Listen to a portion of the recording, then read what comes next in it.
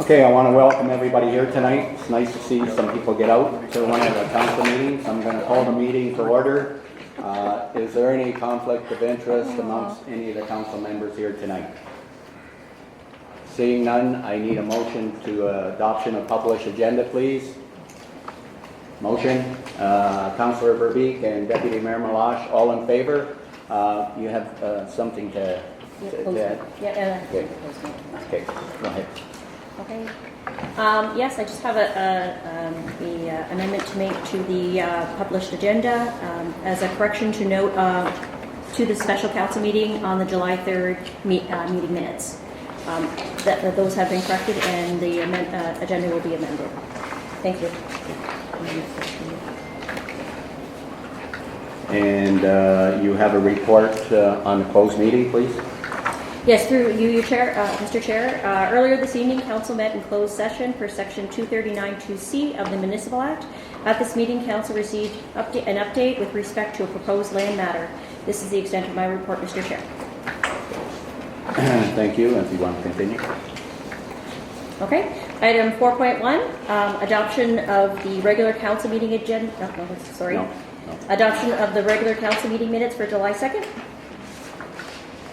Motion, please. Deputy Mayor Malash. Seconder, please. Councillor Verbeek, any questions on it? All in favor? Carried. Thank you.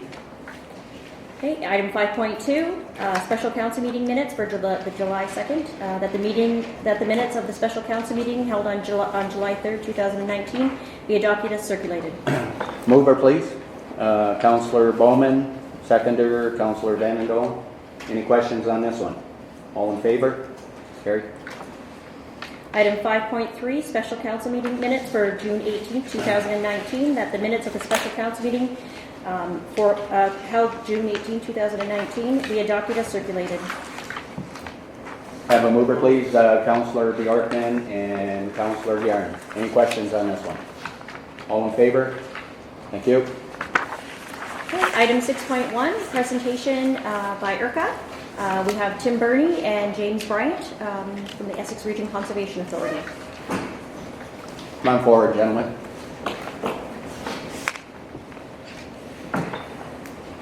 Anytime you're ready, Tim, you can go ahead. Thank you, Your Worship, council, staff. The Conservation Authority recently has had the opportunity to make some presentations at other councils, and most recently in some meetings with Chris, it was discussed that we should come out again and advise council with respect to what we are responding to and dealing with. Most recently through basically epic levels on our Great Lakes system. Lake St. Clair and Lake Erie today are sitting at all-time record high levels and have surpassed normal reported levels on both lakes by approximately 6 inches on either lake. That doesn't sound like a lot, except that we are looking at levels that are about almost a meter, 3 feet above normal or average or typical levels. We're questioned quite commonly, what's going on, how are they doing this, why are they flooding us, where are the controls at, is there a hand wheel in your back office? So those are the same kind of conspiracies and theories that have been thrown out for years. The graphic that is up in front of you at the moment basically lays out for you the Great Lakes water basin. That's the yellow line outside of the lakes themselves. Any drop of water that falls within that catchment area makes its way out to the Great Lakes themselves. Where we are sitting is near the bottom of that graphic for Essex County. So you can see a substantial area above us contributes to runoff going by us. Lake Superior in itself, every droplet of water that outlets from Lake Superior, the moment it leaves the St. Mary's channel, will be about a 6-month time before that droplet of water passes by Colchester Marina. So you start dealing with those types of time frames for water coming out, especially through Lake Superior. The surface area you can see is significantly huge. And more importantly, or equally as important, is the volumes. Right below that chart, that tells you, is a graphic that shows you, the layout of the Great Lakes system. The Great Lakes, as water bodies, are best referred to as large bathtubs connected to each other through garden hoses. The water that collects in each one of those basins has to work its way out through very small channels relative to the surface area and volume of the Great Lakes. Those small channels are the St. Mary's Channel that separates Superior from Michigan and Huron, the St. Clair River that empties into Lake St. Clair, the Detroit River down to Erie, Niagara Falls up to Lake Ontario, and Lake Ontario ultimately out into the St. Lawrence Seaway. This plate, shows again through the IJC the areas for the lakes boards of control. Probably the most important thing about this graphic is the writing that's down on the bottom corner there, wherein there's an attempt to understand through what lake drainage is occurring, but there's very little, if any, control. Starting at the Moses Saunders Dam that's at the outlet of Lake Ontario to the St. Lawrence Seaway, that does attempt to regulate some outflows, attempt to mitigate outflows from Lake Ontario affecting Montreal and Quebec City. However, the level of control over the seaway system at that location does not exceed 4 feet, 1.2 meters. After that, you have overtopping that occurs. You move up from that point, you move up into Niagara Falls. At Niagara Falls, you've got 170 foot of drop from Lake Erie to Lake Ontario. The Niagara River, there's control structures around the Niagara River, but those control structures are 170 feet below us, outletting at Lake Erie. The precipice of Lake Erie is flowing free over the precipice. The inlet chambers into the turbines that generate electricity for Ontario Hydro are at the top of the falls, but those are inlets. The top of the falls, there's an ice boom as well. They can steer some water away from it, but it quickly would be overcome in a matter of hours, the amount of water or steerage that can occur at that location. You move up through the Great Lakes system, Lake Erie, Lake St. Clair, Huron, Michigan, Georgian Bay. You get up to Lake Superior. At Lake Superior, there is a significant number of control locks to move freighter traffic through, hydro generation capability. But the picture that's depicted up underneath the word board up there shows you it's a wide spread of infrastructure that's over there.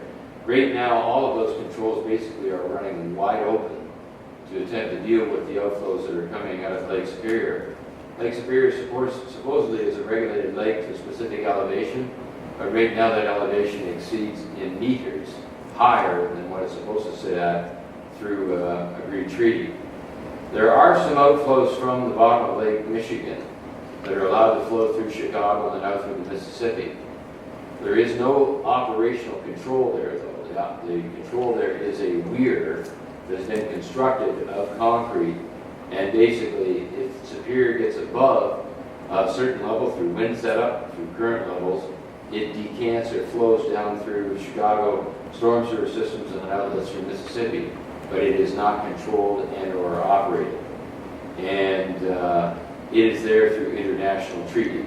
It is not something that you should consider to be something to tamper with. We're showing a graphic here, both Lake St. Clair and Lake Erie will follow. The blue bars at the bottom with the years associated with them are all-time record low.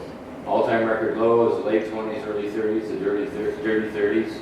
There was droughts in place throughout North America, and both Lake St. Clair and Lake Erie were measured and recorded at that point in time. That is all-time record low. The bar graphs that we move up through will show average levels over Lake St. Clair, and then the blue line is the actual measured line as we move across through that graphic. We get over to that line splits, and you have a blue line that's low, blue dash line, and a red line that's high. We are sitting right in the middle of those right now, and we are in exceedances of the 1986. The bar chart that goes across there with the years that are labeled above it, we are now exceeding that bar chart in this time of year for this period in the year, both on Lake St. Clair and on Lake Erie. The numbers are slightly different here, but what we're recording and depicting for you here is exactly that those levels are exceeding all-time record high levels for this time of the year. Normally we would at this point in time have hit our annual peak. We have not peaked as yet. Levels are still on the increase, on the incline.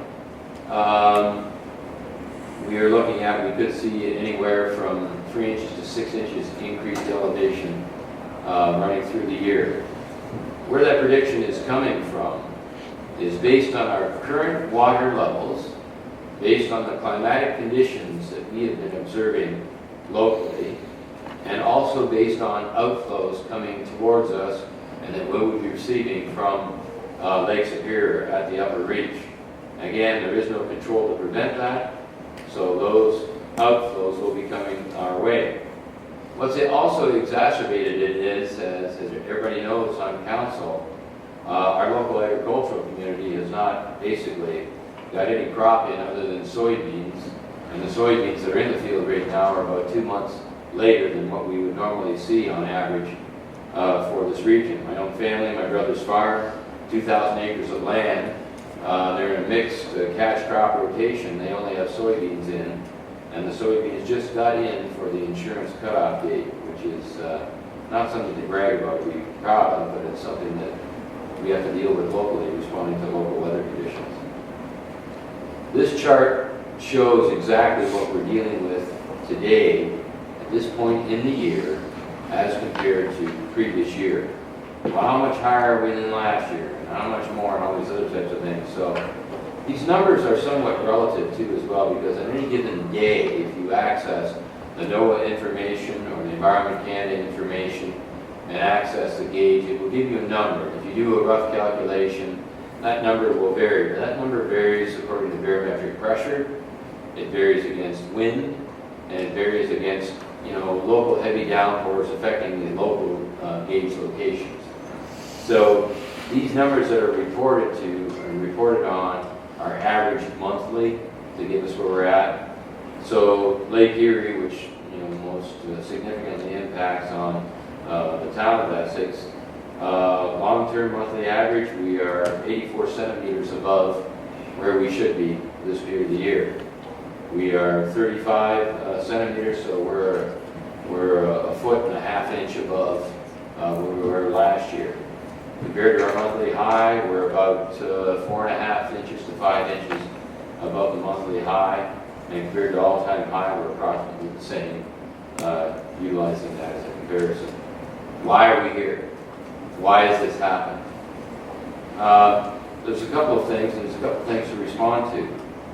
1985, 1986, 86 being all-time previous record high.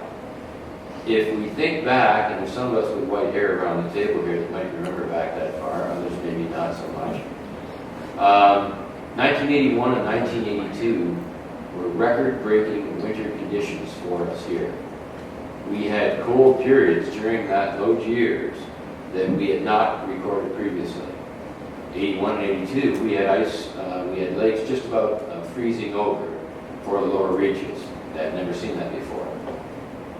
We then go through time, after 81, 82, 83, 84 were somewhat typical winters. Well then 85, 86, our lakes started to respond to those winter conditions that we had observed at that point in time.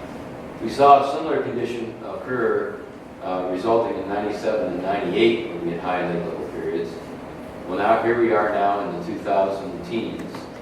And if you think back, we had two polar vortices that hit us in the early 2000s. And the one winter we set in heavy late November and it stayed. And that winter all the Great Lakes froze completely over. The next winter wasn't so bad in November, December, but then it locked right in January. When you have that type of winter condition affecting snow cover and ice cover, that what was liquid water and or liquid precipitation gets locked up into the system and is held for a longer period of time. As the spring freshet occurs in the lower Great Lakes, the upper Great Lakes still frozen solid. Today, Lake Superior, the upper reach of Lake Superior, there's still some ice in place at those most upper lake reaches. That's now thawing and coming down. So those outflows we are going to have to see, and those will be hitting us later. So what we're looking at here for measured outflows, again, Lake Erie specifically, December 121%, this is measured at Niagara Falls. January 126%, February 125%, March 122. Most telling and most concerning for us, though, that will affect us, though, is Lake Superior. And today, in March, 138% of measured outflows. Those measured outflows will be going by us and affecting us in about 6 months' time. Consequent to those outflows, thaws and everything else, are measured precipitation over our Great Lakes Basin. And again, average over the Great Lakes, 139%. Most telling, though, is over Lake Superior, 172% for a year previous, as measured, and it's again compared to long-term average and long-term precipitation accounts. So that gives us an idea of why we're at right now. And again, some people don't like to use the term or hear the reference, but it is climate variability and climate change that we're dealing with. And these are some of the results to it and why we're at right now. This graphic depicts, again, the oscillation or the cycle that we are tending to follow, over a longer period of time back from the 1970s. The unfortunate part of this graph and looking at these graphics are we tend to be on the upward trend with respect to the oscillation. The low points never go down to the low points that are historically measured. And the high points correspond directly to significant flooding that we've had historically within the Essex region. You'll hear about the St. Patrick's Day storm in '73. That was a high period measured on the oscillation, and that shows us the first picture that's up there. 85, 86, shoreline flooding and damage. 97, 98, shoreline flooding and damage had a high spike. Right after that, we dropped off fairly significant in the early 2000s and kind of held for a period of time. But again, that corresponds to measured precipitation and to winters, the winters that we had. We had mild winters through the early 2000s, and then we got back up into those polar vortices. Now our current water levels show where we're at with those charts.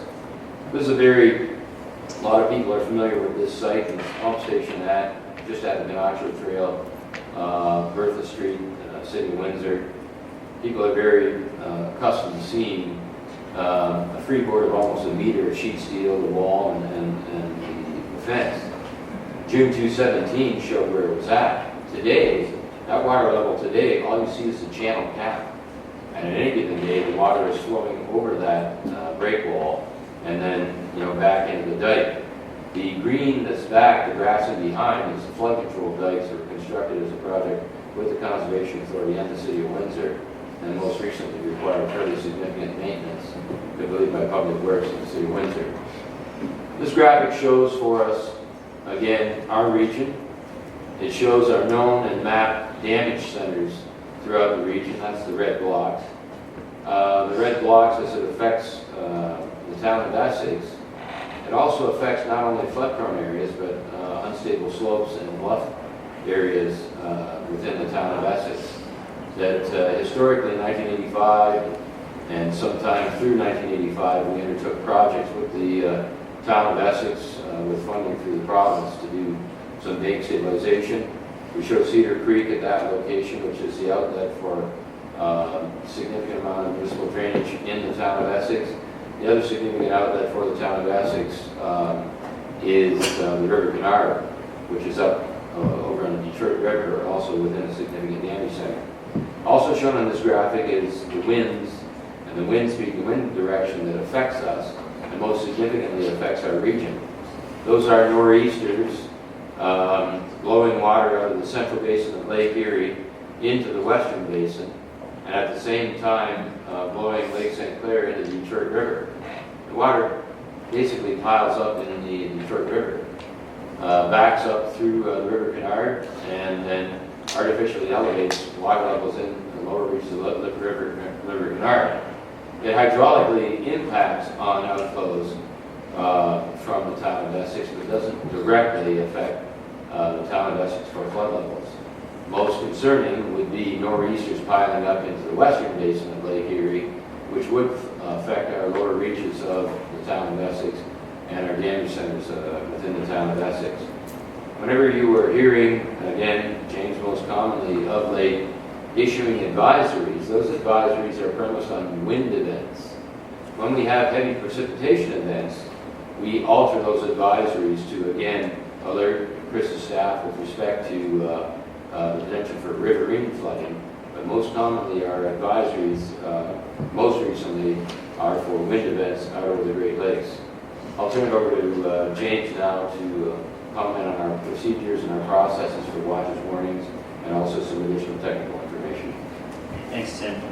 So like Tim mentioned, I think a lot of people in this room have probably seen too many of these come up from my email related to flood watches and warnings. So what this essentially is a standardized provincial system that the other CAs use as well. To simplify it, a 4-color code system: green, yellow, orange, red. It's kind of similar to a tornado watch and warning, where so green, there's nothing in place in terms of riverine or lake, watches and warnings, so there's nothing in effect when it's green. Yellow is something we call a watershed condition statement.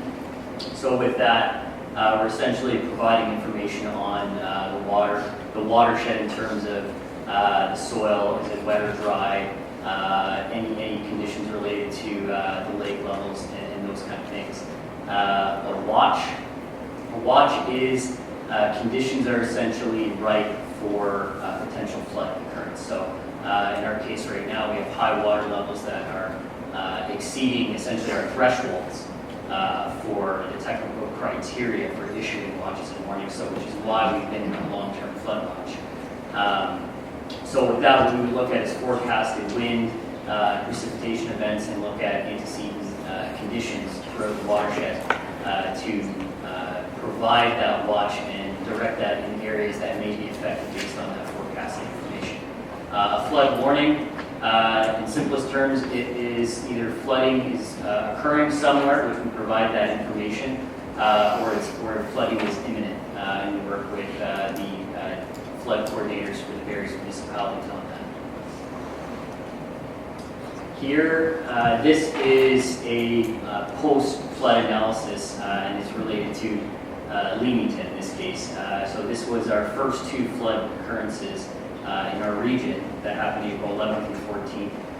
What you have here is the blue is lake level on Lake Erie, the black is wind speed, and the yellow is pre-event lake level conditions. What is not shown on here is wind direction, but with the wind, you can see as it picked up in speed, that's right about when it changed to that direction to be a northeast wind and sustained for a period of hours. And what that did is it raised the levels in the western basin to that peak level, that first peak that you see. And then obviously after the flood event occurred, the western basin lowered back down, and then the same thing occurred on the 14th. So the reason we're showing this is to show in relation to where we're at with today's lake levels, which our static level is no longer at the yellow line. Our static level right now is that red dotted line crossing near that peak level for those flood events, which were significant flood events. Mind you, they weren't for Essex, they were in Leamington, but it just shows the level of threat and significance with respect to our current record lake levels. We've got, some pictures, and just to show quickly, and appreciate your patience on this, the impact of wave setup and lake setup. This is Sturgeon Creek, that's Sturgeon Creek. You're looking at a fully developed 8-foot wave there. The sheet steel breakwalls in front of you are some 1.2 meters in height. And again, the concern about waves and the concern about your ratepayers on Lake Erie, fully developed wave, the wave pressure that affects the property will destroy a property in one wave cycle. Your fully developed wave is some 350 feet across. People will see that crest, the white that's rolling over. But that wave, that's only the top of the wave. That wave is interconnected and interspersed with additional waves that are following it. And the wave cycle that's present on Lake Erie is significant enough to cause immediate damage, even with wind speeds today of 25 clicks, which is normally unheard of. But with the lake levels being as high as they are, you are getting a fully developed and open lake wave bearing against your breakwalls within the region. Shot again, Lake Erie Point Peely Drive. We're showing here out to the lake, which is to the right of the photograph. Hey, the lake setup. Tim, can you put your mic on, please? Sorry, Your Worship. Showing again the lake setup, where the lake actually is artificially elevated above the breakwall condition through wave condition. It is starting over top the breakwall condition, flooding the road. If it blows for a long enough time period and from a suitable wind direction, it will quickly overcome that breakwall and we'll have full flooding at that location. Calgary Park out to the east of us, which unfortunately is flooded on several occasions to quite deep. The water over the roads here is exceeding 0.6 of a meter. When the water does overtop the roads, one shouldn't assume that you're going to be able to drive down the road and not run into problems. The water that's cresting over the road is flowing in a weird flow. It's going to cause a great amount of turbulence on the downrift side. It's going to remove the stone. It's going to remove the road shouldering. You get off the paved surface and your vehicle is going to be hung up on that area. When we are issuing a warning and when Public Works and county roads have closed the roads, we do need the assistance with first responders in the form of police. If the road has been posted and closed, we need to keep people out of there. Other than the people who are trying to get to their homes, no one else should be going there. Because when people try to get out in those areas, vehicles quickly get hung up in those areas. And there's nothing worse than gawkers getting out in those areas, getting in the way of first responders, and also getting themselves in peril because they're driven off the road, as that car is showing at that location. The pickup that's you can see in the distance here, that pickup, those people didn't live on Calgary Park, they actually lived in Windsor. They came out to see what was going on. There was 2 children on board in that pickup that had to be removed from that pickup truck. If it had gone a little further off the road, the depth of that ditch over there is 5.5 feet. So we could have had someone perish. And there were people just coming out of the dock and didn't know where the ditch was, tried to drive down there. This also depicts the unsafe condition that occurs when water overtops the road. Peely Island, out in the middle of Lake Erie, the amount of scour erosion that's taking place is significant. That bar that's circled there was in the first picture, was on shore. Now it's moved offshore. Some of the armstone that's present here exceeds 2 tons in weight, and the lake waves are simply pulling those out and away from the shoreline. Lake St. Clair. This actually is on Lonsbury Beach, and it's depicting a couple of homes that ourselves and your building official recently have had to deal with and post. This is more commonly what we will be seeing in the town of Essex, in the bluff areas of the town of Essex. So we won't see flooding, but we'll see fairly dramatic erosion occur and bank instability occur and sloughing occur in those areas. We're showing just a couple of areas within Lake Erie for the town of Essex that we could see water over top of the road. And it's through basically an application of GIS that will do that representation. This is Island Road as it crosses Fox Creek, and then through GIS we'll bring the 100-year flood up over it. Obviously the water, we didn't depict the water going out over in the wetland, but to show you, the road surface is fully gone. It's disappeared. Now, if people are out in that area during that event and they attempt to cross that area, they can quickly see there is no road. I'm going to aim for someplace in the middle of this. If they're lucky, they'll make it. If not, they could become impaled. This is actually a shot a couple of days ago, actually out at the Colchester Harbor. This was provided to us by the Colchester Guardian. That's today's water levels. Well, a 100-year event, no wind, will get us up, and that vent will be, be up to the vent, and all the lower reach of Colchester Harbor will be impacted on. Lips Beach Road, this is today out at Lips Beach Road, northeast wind setup, that's what we'll be looking at in those areas. The depiction and representation is to those 100-year levels up at that location. Now, you can't say it's not going to happen because this is Tecumseh 3 years ago as a result of the 8-inch rain. If we have an event in Tecumseh today with a nor'easter blowing in and we hit those 100-year levels, the signpost out in front of you out in the middle, the joint at the signpost will almost be over top with lake water. That just gives us a reference. This unfortunately was a Mustang that was going through some restoration, but not much to be restored at the moment. So there we are, Your Worship, Council and staff. Happy to entertain any questions if there are. Thank you, gentlemen, for the presentation. Any questions from council? Councillor Bondi? Thank you, Mr. Mayor. Thank you for your presentation. It's a stark reality of what we're living right now. Are you familiar with some municipalities doing some bank stabilization on public property, like not private property, right? You've talked about some things that we could possibly do as a council to assist landowners with private property, but do municipalities that you work with repair their banks? Thank you, through you, Your Worship. There are actively, within the town of Tecumseh specifically, the town of Tecumseh has no open drains to allow for stormwater out to Lake St. Clair. They're all significant large pump stations. All of those pump stations have had significant additional works in the form of earthworks and or in some locations sandbag openings to provide a heightened level of flood protection. The City of Windsor has undertaken significant additional works on the Little River corridor, the Little River flood protection dikes. Leamington is unfortunately active in doing constant repairs to systems out on southeast Leamington. Just about all municipalities are undertaking some level of works. Your Drainage Superintendent, Chris, and I have had discussions with respect to infrastructure within the municipality that needs to be looked at.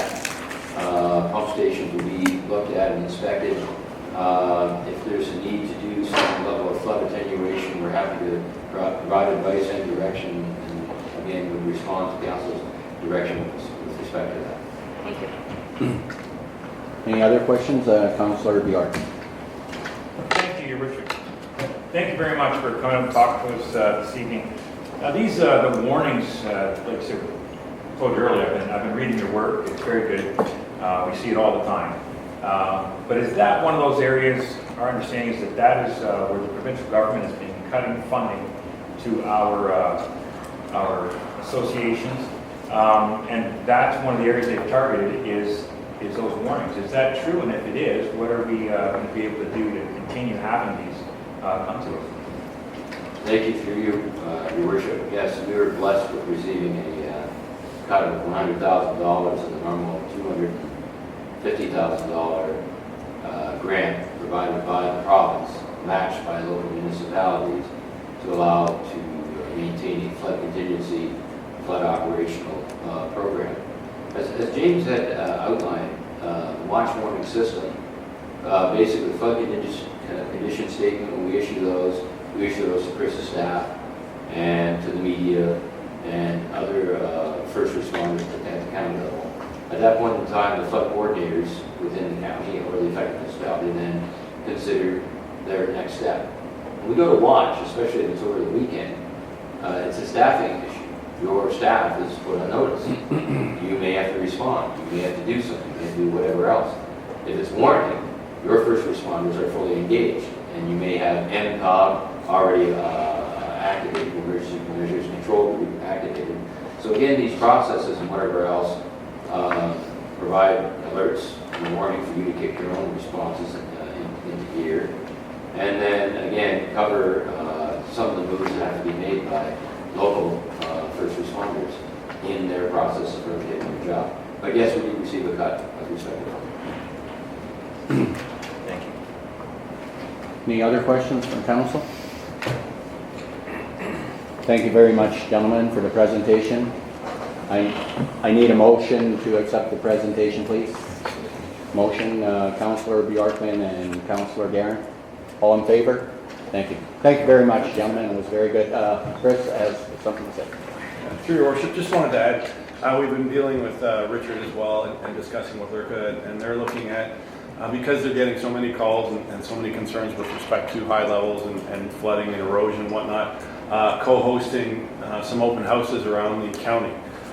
So I think they're looking at like Tecumseh, Windsor, LaSalle, and then Kingsville, Leamington as some of the hardest hit areas, and co-hosting and working with the local communications, the field officers and whatnot to inform residents and have this, I think, this presentation maybe on boards in an open house format. Thank you. I went through LaSalle today with the wife. That's a mess there behind Sunnyside. Boy, that water's up, and that's going to be there for a while. Yeah. Thank you. Thank you.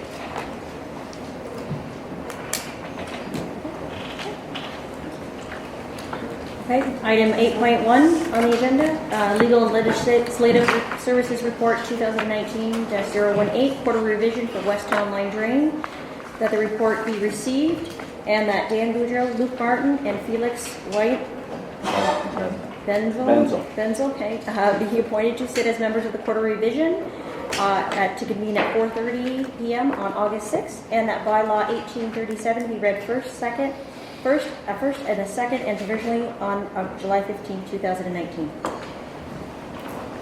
Over, please, Deputy Mayor Malash and Councillor Bowman. All in favor? Thank you. It's carried. Item 8.2, Planning Report 2019-39, accessible parking provision in the general zoning bylaw and sign bylaw. That council authorized the holding of a public meeting, information meeting on August 6, 2019 to introduce the Accessibility for Ontarians with Disabilities Act's accessible parking provisions. Have a mover, please. Councillor Verbeek and Councillor Bjorkman. Any questions on this one? All in favor? Okay. Item 8.3, Community Services Report 2019-029 regarding the Herald Canteen operating budget. That bylaw 1839 for the rental space located at 243 McAfee Street be received. Have a mover, please. Councillor Verbeek, seconder. Councillor Bowman, any questions on this one? Councillor Bjorkman. Just to what you're reading, not to be received and to enact. Oh, Yeah. Did I get ahead of myself? Yes. Never mind. Yeah. All in favor? Carried. Thank you. Okay. Item 8.4, Community Services Report 2019-030, Special Events Resource Team, July update. That the report be received. Mover, please. Deputy Mayor Malash and Councillor Guerin. Any questions on this one? All in favor? Carried. Okay. Item 8.5, Community Services Report 2019-031, New Essex Fire Station 2 location. That the report 2019-031 be received. Mover, please. Councillor Verbeek and Deputy Mayor Malash. Any questions on this one? All in favor? Carried.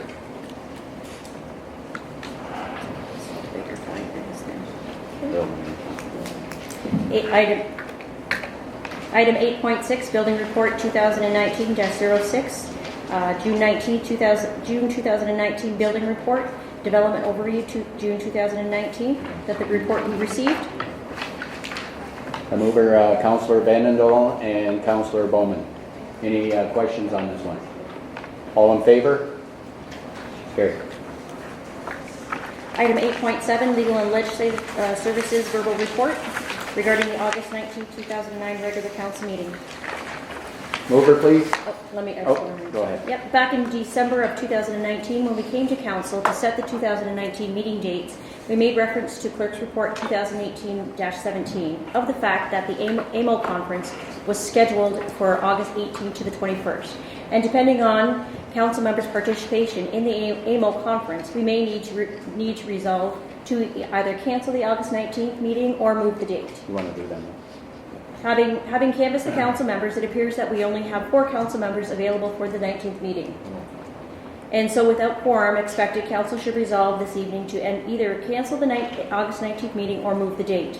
With respect to moving the date to another Monday, August 12th would not really be feasible, as we would just be coming out of the August 6th meeting. August 26th might be possible, but again, it would be difficult to put together an agenda for the September 3rd meeting. Our recommendation is for council to cancel the August 19th regular meeting, but should there be a need to conduct business between August 7th and September 3rd, then the mayor, in consultation with the CIO, could always call a special meeting of council. Thank you. Who's all going to AMO here? Can I see show of hands here? AMO? So there's, so we will not, you're going. I will be away, but I will not be at AMO. Okay, so we will not have quorum. So So then you need a motion. we need a motion to cancel that meeting, okay, and then move the meeting to a different date. And I'll, You want to just cancel We'll it? just- no, we'll just cancel the meeting and reschedule. Not rescheduled. No, we're not going to reschedule? No, this is- No, okay, we're just going to do away with the meeting. So I need a motion for that. Councillor Bandendo and our Deputy Mayor Malash. All in favor? Oh, Thanks, Mr. Deb. Mayor, I'd like to speak to that, please. Yeah, go ahead. Thank ahead. you. Thank you, Mr. Mayor. I understand canceling the meeting, and I think that'll be great. We've had a pretty hard 8 months, but that being said, there's a couple of things that I think we need to still keep working on.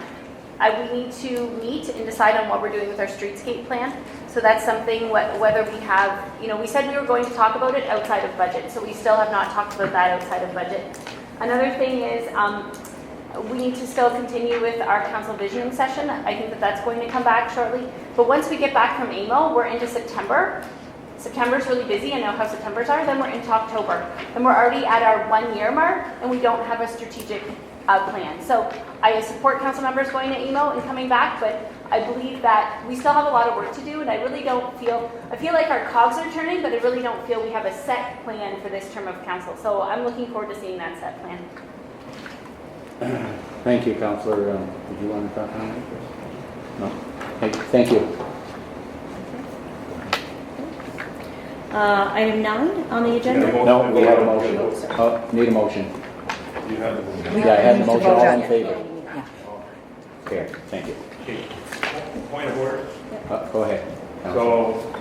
So we do have to go back to 8.3. We've just received the canteen operating agreement, but part of receiving that was also to enact the bylaw 1839 to authorize the execution of the lease agreement.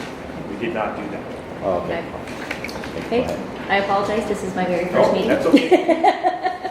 Okay, so sorry about that. Okay, so that community services report 2019 be received, and that council approves entering into an agreement with 2299961 Ontario Inc. to operate the Herald Canteen for a period of 1 year, and that bylaw 1839 be read a first, second, and third time and finally passed on July 15, 2019. Now we need a motion. You move it, the seconder. Councillor Verbeek, all in favor? Carried. Sorry about that.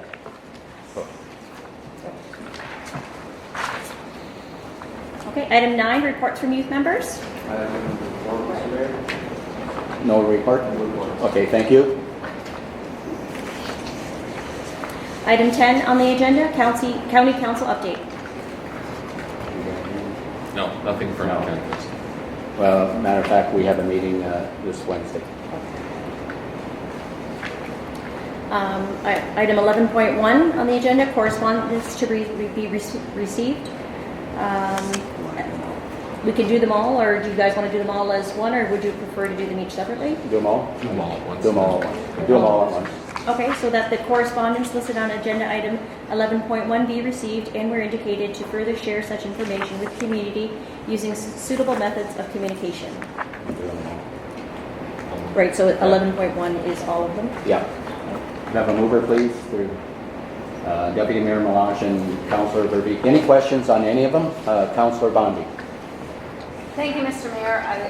It's no surprise that the Gorics are in Ward 4, and they have looked at some of our proposed proposals for the heavy truck bylaw, and they've sent a letter that's on our agenda for council to look at.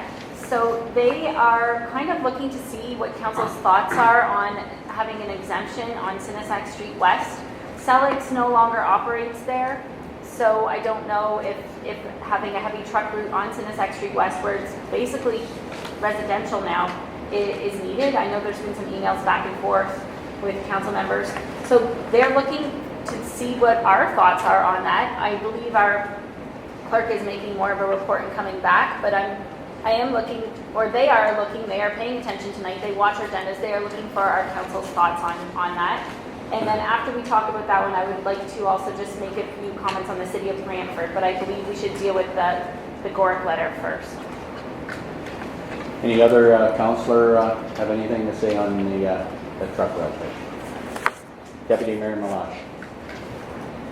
Thank you, through your worship. I too agree that we should be looking at Sinisac Street. I mean, as Councillor Bondi was saying, that we did develop the third concession and Roseboro. We put a lot of money through grants and so on to develop the outskirt roads so that we could avoid having heavy trucks drive through Sinner and less developed roads such as Sinisac. And I really do think that we should be looking at Sinisac and possibly making make it a non-truck route similar to Munger or Center or any of the other streets that are there.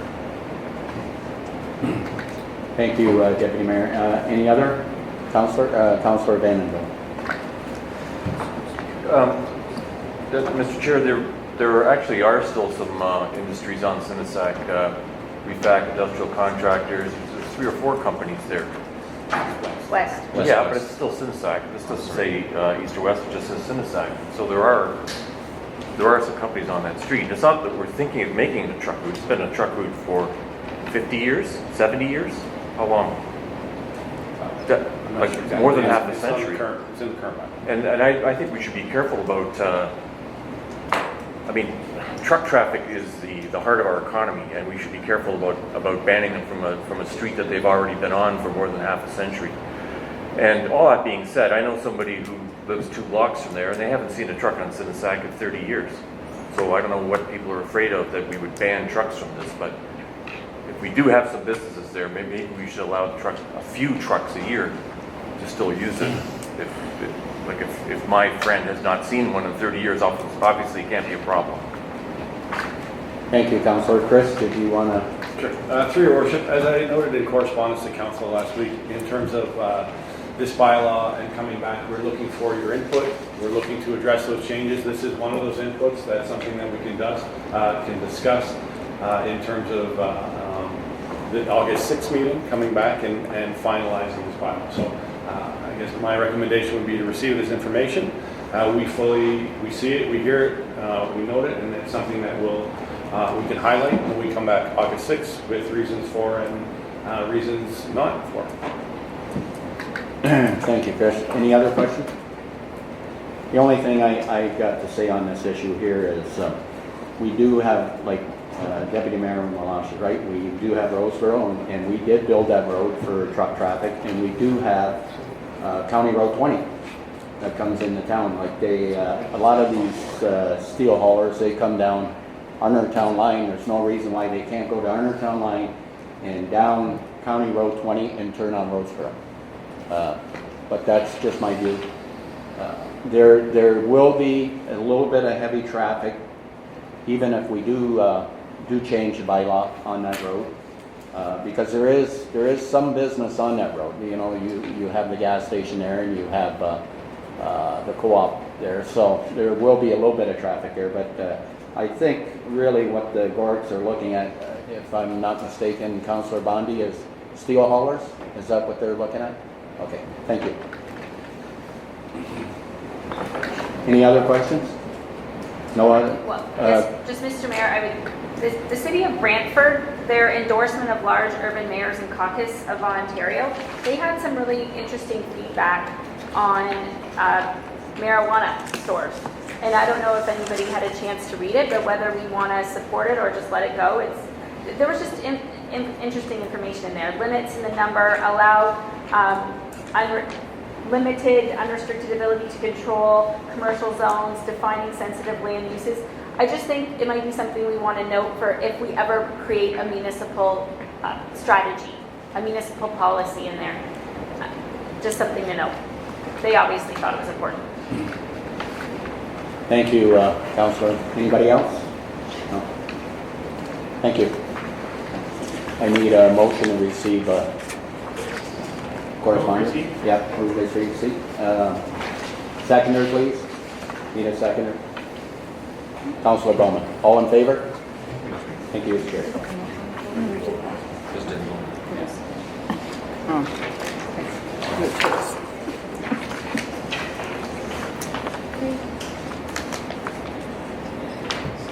Item 11.2.1, Coaches Association of Ontario, regarding a proclamation request, National Coaches Week.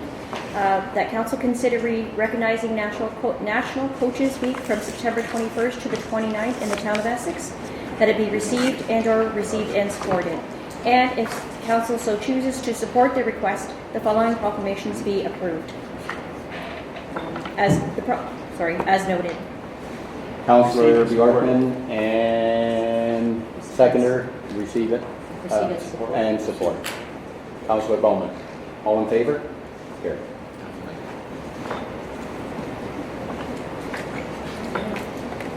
Item 12, committee meeting minutes. That the minutes in agenda item 12, together with any recommendations noted therein, be received, approved, and adopted as circulated. Doing all three. Yeah. Essex Centre BIA, May 14, 2019. Drainage Board, June 17, 2019, for the consideration report of the West Town Line Drain, and the Finance Committee of June 3, 2019. Mover, please. Councillor Verbeek and Deputy Mayor Malash. Any questions on any of these? All in favor? Thank you. No finance. New business. No submission. Okay, so at this point in time, we're looking for any new business? No? No new business. No? Okay. Notice the motion there isn't. Okay. Item 16, reports and announcements from council. Deputy Mayor Malash. Thank you, Worship. I just wanted to, I'm not sure if anybody else is going to mention it, but Explore the Shore is coming up very soon here. We'll just keep posted. I'm sure it's being advertised on our Town of Essex website and lots of advertising for the community. But if you haven't come out to try it out, Explore the Shore, it's an awesome event that promotes businesses along County Road 50 and in some instances off of County Road 50 as well. It's a great event. Come on out. Town of Essex will be supporting the party, and I think the mayor will talk about that a little bit maybe when he gets to his announcements. Thanks. Councillor Darren. Hey, Mr. Mayor, I want to thank everybody that came out to this year's Fun Fest. It was a success again. Success. Town staff, I applaud them. Our committee, we can't do that festival without them. Everyone who took the time out to volunteer, our sponsors, of course, and all the visitors that came. We had quite a few people show up despite the weather. It was hot. We had a chance of rain pretty much every day, some rain, but overall it was good success. Yeah, I'll just add a little bit. It was really, really nice to see all the volunteers come out this year. I think we had more volunteers, Joe, this year than we did previous year. It was really great to see everybody involved. It was a great success. So thanks to you, Joe, and Kim. You put a lot of hours in there. Doug, you put a lot of hours in there. A lot of staff jumped in there and really give it 100% this year. So thank all of you. Councillor Verbeek. Nope. You all set? Councillor Bondi? Nope. Councillor Vanendel? Nope. Councillor Bowman? And just throw my 2 cents in, again, great fun fest, and to all the volunteers who kicked in, and the staff, fantastic job. Thank you. And just one thing that I want to bring up is the July 27th put on that event down there at Colchester for, it's Family Day, a Colchester Family Day. We had a lot of people donate this year. I think we're right around $50,000 this year. So I think last year we were at around 38 or 39, Doug. I think we're about 10 grand more. People really jumped on board this year. So we're gonna have one heck of a party down there for the kids. There'll be a lot of activities for the kids. It's gonna be a great event, and then we're gonna have the fireworks off the barge again. So, thank you. I just want to thank all the sponsors too. It was easy this year. I tell you, it was easy. I just went there and said, "Hey, you're going to give me $3 grand? Are you nuts? No, you're going to give me $3 grand." So, but anyways, it was fun. Thanks. Okay, item 17.1, bylaws that require a third and final reading. Bylaw 1836, being a bylaw to confirm the proceedings of the July 2nd, 2019 regular meeting of council. Have a mover, please. Councillor Bowman and Councillor Bjorkman. All in favor? Here. Okay, item 17.2.1, bylaw 1841, requires the first, second, third, and final reading. A bylaw to amend bylaw 1719, being a bylaw to enter into a site plan control agreement between the Corporation of the Town of Essex and the Greater Essex County School Board. Mover, please, Councillor Verbeek. Seconder, Councillor Vandendorn. All in favor? Carried. 17.3, bylaws that require a first and second reading. Bylaw 1840, being a bylaw to confirm the proceedings of the July 15, 2019 regular meeting of council. Mover, please. Councillor Verbeek and Councillor Bjorkman. All in favor? Carried. And can I have a motion to adjourn, please? Councillor Vandendorn and Deputy Mayor Malak. All in favor? Thank you, Council.